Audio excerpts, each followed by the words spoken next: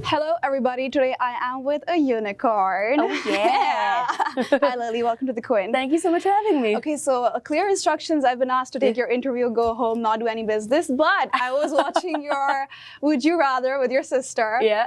And I cannot do it. Let's do it. Okay, let's go. Would you rather be poor with a lot of good friends or rich with no friends? I think if you're poor with a lot of good friends, you're not actually poor. That's beautiful. Bob Marley said, money doesn't make you rich. Oh, that was really smart. Make sure you use that. Yeah. Would you rather have telepathy or telekinesis?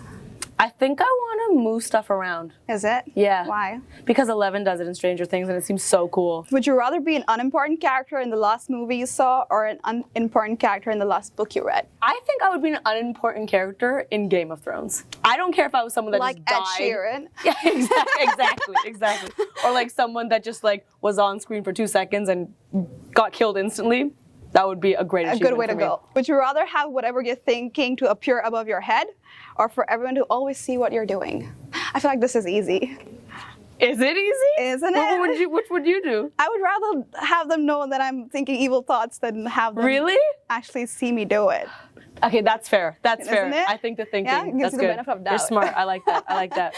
Just talking about your show, by the way, congratulations. Thank you so much. Thank you. We're all so proud of you. You know, like this is what I love. This is what I love in it because the pride is such a. It actually goes a really long way. When you got to know that you're going to do this talk show, did it feel like you were starting over new in a way? Because I mean, with YouTube, you knew your audience, they knew you. I did feel prepared because I've been on camera for so many years. I wasn't nervous about that. I've performed in front of a live audience so often. I wasn't nervous about that. What I'm not used to is working with a network and not having complete control. For the past 8 years, I've made all the final decisions. I've had the control over all of my content. So in some regards, it was starting over in terms of it being a learning process, learning how to work with a team this big, learning how to have levels of approval, learning how to work with a network. Yes, I felt very unprepared for that. But the part of me that was prepared was so prepared that I was able to deal with the part of me that wasn't. Because the audience there knew you better. Do you think right now they're more forgiving in a way? This is the thing I love about Team Supers. They're always very supportive. You still call them Team Super? I do still call them Team Super. Okay. Whether I got my own talk show, whether I changed my YouTube upload schedule, whether I changed my username from Superwoman to Lily, they're very supportive of my growth. You know, there's this whole cancel culture right now. Everybody, like, a person makes one mistake. We love cancel culture. And it's just going to be the final nail in the coffin. So, I mean, you did mess up once. I've messed up many times, not just once. But is that something you worry about too much now? Here's the thing. Obviously, making mistakes and then making them on such a public platform for the world to judge you and the world to say harsh things about you is not fun. When I messed up, I was very adamant on publicly apologizing about it because I want to actually take a step away from cancel culture. If we want to educate people about things, the way to do it is not to say, hey, you made one mistake, you're canceled. It's through education, right? It's through teaching people the correct way to say things, the correct way to behave. Do you sometimes feel like it's too much? Like the pressure, do you think so many brown people especially are looking up to you? Do you sometimes feel like, you know what, if I do mess up, it's going to be huger than it is for perhaps everybody else? Yeah, I mean, I do feel a lot of pressure in general. I feel a mix of excitement, being honored, and it being a lot of pressure because, of course, when I started my show, there were a lot of headlines like, woman of color, bisexual woman, this, every category I hit. Like, there were people that actually came up to me and said, 2 billion people are counting on you. And I'm like, oh, okay, that's a lot of people. Exactly. I'm taking it as more of an honor. And I also don't want that to get to my head because for the past 8 years, how I've gotten my success is just being authentically myself and making things that I think are good.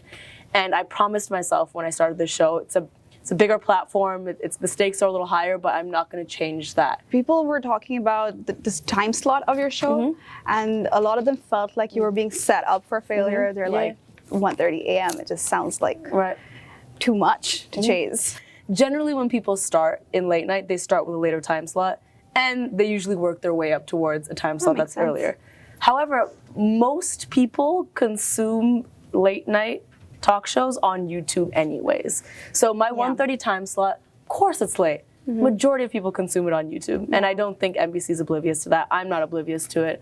I actually think it's better because YouTube is for the world and my time slot on NBC or Star World, those are restricted to certain countries. So the 1:30 time slot doesn't bother me. I don't feel like I'm set up for failure. If anything, I'm set up to just chip away at that path maybe move to an earlier time slot, maybe not. I don't know, we'll see. Do you ever feel like you've set up a standard for yourself and you might not be able to chase it yourself? Everything that has happened in the past 10 years that I've considered failure has always led to something else. Okay. The best example being last year I was part of a pilot called Bright Futures for NBC. When it didn't get picked up, I was heartbroken. And I thought, I can't believe my comedy pilot didn't get picked up. This is failure. That pilot is how NBC got introduced to me. And that's how they gave me this late night show. So when you look back at it, you realize that's not a failure. It was just a little bit of a detour to get to where I am now. Tell me a little about growing up in Canada. It was cold. Growing up in Canada, I specifically grew up in Toronto, which is a very, very diverse and inclusive city. So I always felt really comfortable around different cultures. It's actually why I can speak Jamaican patois so well, why I can speak some Tamil, why I'm so into different types of music. Everyone in Toronto just is surrounded by different cultures, and you see that even in my late night show. Was it confusing at times? Of course, my parents growing up at a different time and place was confusing because they have certain ideas about what kids should do and what they should do in terms of jobs and marriage and all that stuff. And so two cultures clashing is confusing, of course, but I'm grateful to have grown up in a place like Toronto where at least I didn't have to deal with not feeling like I could be myself. I've never felt like that in Toronto. And culturally, was it slightly different in America? A little bit, yeah. I think when I moved to LA, I was So the memes are true. at least my experience, I don't want to generalize, people are not as familiar with different cultures. Is that something you feel about your show as well? Do you think perhaps maybe on YouTube, because you knew that this audience was looking out for content like yours, there's a certain algorithm, do you think certain topics you aren't too comfortable touching on your show because you think it might affect your viewership, people might not relate? No, I do whatever's authentic to me. Okay. So NBC also knows if I make a reference that's like an Indian parents reference, even if someone says like, hey, like I don't know if people will relate to that, I say, guess what? It's relatable to me, so it's going in the show because I don't relate to everything I see on TV and I've survived just fine. So as long as it's authentic to me, it goes in the show. Right now, if there was like one person you fangirl about and you would want on your show, who would they be? The number one person I want on my show is definitely Beyonce. Oh my God. And once she gets on my show, I don't even know why I would keep doing the show because that would be the finale. I have arrived. Exactly, that's it. That's all I would need. All right. Yeah. Okay, thank you so much. Thank you so much. Appreciate it.